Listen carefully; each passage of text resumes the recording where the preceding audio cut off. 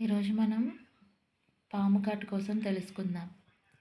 ఏంటంటే మన దేశంలో ఉన్న పాముల్లో 23 మాత్రమే విషం కలిగిన పాము. పాము కరిచినప్పుడు ప్రాణభయంతో షాక్ వలన చాలామంది మరణిస్తున్నారు. పాము కాటు వేసిన వెంటనే వచ్చే లక్షణాలు ఏంటి?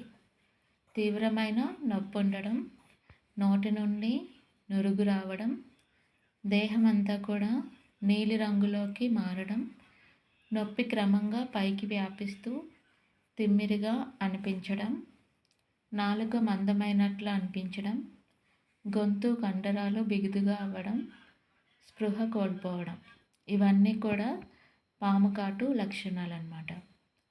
దీనికి ఏంటంటే ప్రథమ చికిత్స ఏంటంటే రోగిని మనం ధైర్యంగా ఉండమని చెప్పాలి.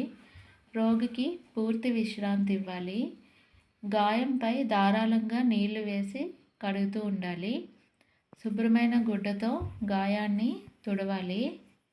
తక్షణమే రోగిని దగ్గరలోని ఆసుపత్రికి తరలించాలి. తీసుకోవాల్సిన జాగ్రత్తలు ఏంటి? రాత్రి వేళ తప్పనిసరిగా టార్చ్ లైట్ వేసుకోవాలి. పొలం గట్ల మీద తిరిగేటప్పుడు కర్ర చప్పుడు చేసుకుంటూ జాగ్రత్త వహించాలి. కప్పలు ఎలుకలు ఉన్న చోట పాములు చేరవచ్చు కనుక ఇంటి పరిసరాలు శుభ్రంగా ఉంచుకోవాలి. తర్వాత పాము కాటు వేసిన తర్వాత మనం చేయకూడనివి ఏంటి? చాలామంది ఏం చేస్తారంటే పాము కరిచిన విషాన్ని నోటితో తీసి పడేయడానికి చూస్తారు. అలా చేయకూడదు. రెండో పాయింట్ ఏంటంటే పాము కరిచిన భాగాన్ని కత్తిరించి పడేయకూడదు. పాము కరిచిన చోట ఐస్ కానీ హీట్ కానీ అప్లై చేయకూడదు.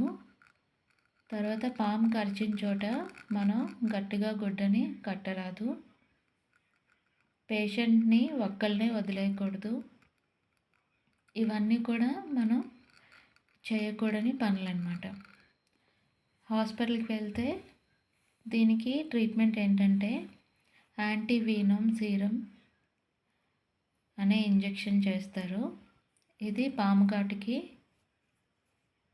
సరైన ట్రీట్మెంట్ అన్నమాట.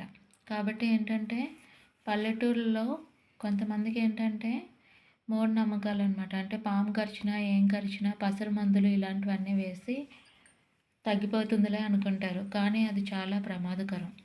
ఎవరు అలాంటి పనులు చేయకూడదు. కాబట్టి ఈ వీడియో బట్టి ఏం చేయాలి ఏం చేయకూడదు నేర్చుకున్నారు అనుకుంటున్నాను. Thank you.